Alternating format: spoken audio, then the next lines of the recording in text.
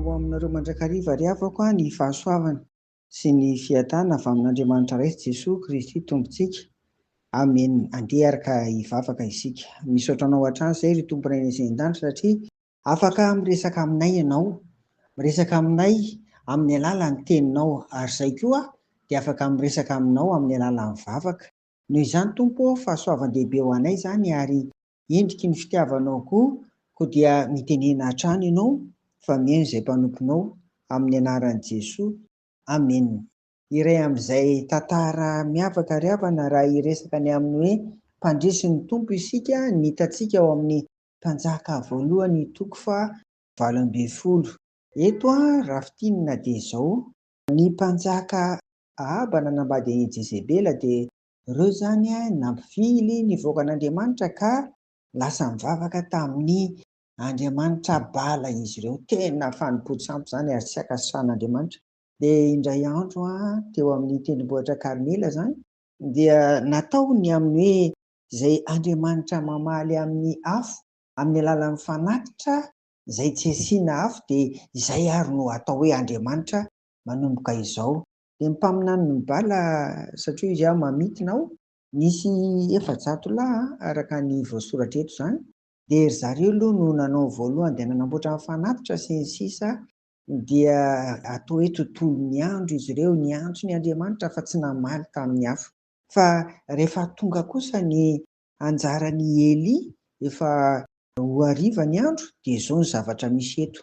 Andinga vakiana amin'ny anaran'i Jesosy ary ny mpanjaka voalohany toko faha 12, andininy faha 470 hatramin'ny faha 770 vakiana amin'ny anaran'i Jesosy izahay. Ary noho ny tamin'ny fotoana ny fanatitra hariva dia nanatona Eli mpaminany ka nanao hoe: Jehovah, Andriamanitra Abrahama sy Isaka ary Israely, aoko ho fantatra an'io fa ianao no Andriamanitra amin'ny Israely, ary izao no mpaminaninao, ary araka ny teninao no efa nanaovako izao zavatra izao. Mihaino aho Jehovah, mba ahafantarana an'ireto olona reto fa ianao Jehovah Andriamanitra, ary ianao no mampiverina ny fony indray. Dia hoy ny andininy faha 80 sy ny 90 hoe: dia latsaka ny afon'i Jehovah ka nandevona ny fanatitra dorana sy ny kitay hazo sy ny vato, ary ny vovoka sady nandritra ny rano tao amin'ny ady kely. Ary raha hita izany ny olona rehetra dia niankohaka ka nanao hoe: Jehovah, izy no Andriamanitra, Jehovah, izy no Andriamanitra. Amen.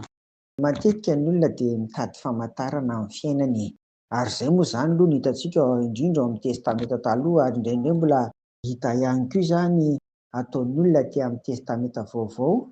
Fa eto isika dia mahita tsara mihitsy fa tena Jehovah no Andriamanitra. Izy tsy sarotra antsoina, tena akaiky antsika. Fa ny zava-dehibe ry havana dia ny finoany, ny fahadokiana, ny fanantenana azy. Jereo nge eto hoe fa tontolon'ny andro iaho no niantso ny Andriamanitra Bala. Reto mpaminany Bala efa jato rehefa tsy namaly tamin'ny afo. Fa rehefa tonga Eli dia io izy io hitantsika teo, ary dia nieky ny olona, anao fanikam-pinoana tokoa, fanikam-pinoana fa Jehovah izy no Andriamanitra. Ny Andriamanitra ivavahantsika ry havana, ilay tompony tompo, mpanjaka ary tompony ny hery rehetra izany. Any an-danitra ety an-tany isaky ny manao asa sy fampirisana antsika dia vakiana izany tenim-pahefana izany. Noho izany dia aza matahotra ny hery samihafa misy eto amin'izao tontolo izao, aza matahotra ny Andriamanitra hafa samihafa misy eto amin'izao tontolo izao, aza matahotra an'ireny fa Jehovah no Andriamanitra, ary Jesosy Kristy zanany no Andriamanitra izay mandresy ny fahafatesana, mandresy ny atao hoe ady rehetra hatrehany eto amin'izao tontolo izao. Ny angatahantsika hatrany dia mba hitombo ny finoana sy ny fahatokitsika ny Tompo ry havana, ka tsy hanana tsy hanana atahotrika, na maro aza ireo fahavalo, na maro aza ireo ady hatrehany, dia mba handresy tahaka an'Andriamanitra mezimezy hitantsika eto. Hoe ianao ry havana, fandriana foana izany, fandriana foana izany ry havana, ho mpandresy ny mpanara-dian'ny Tompo.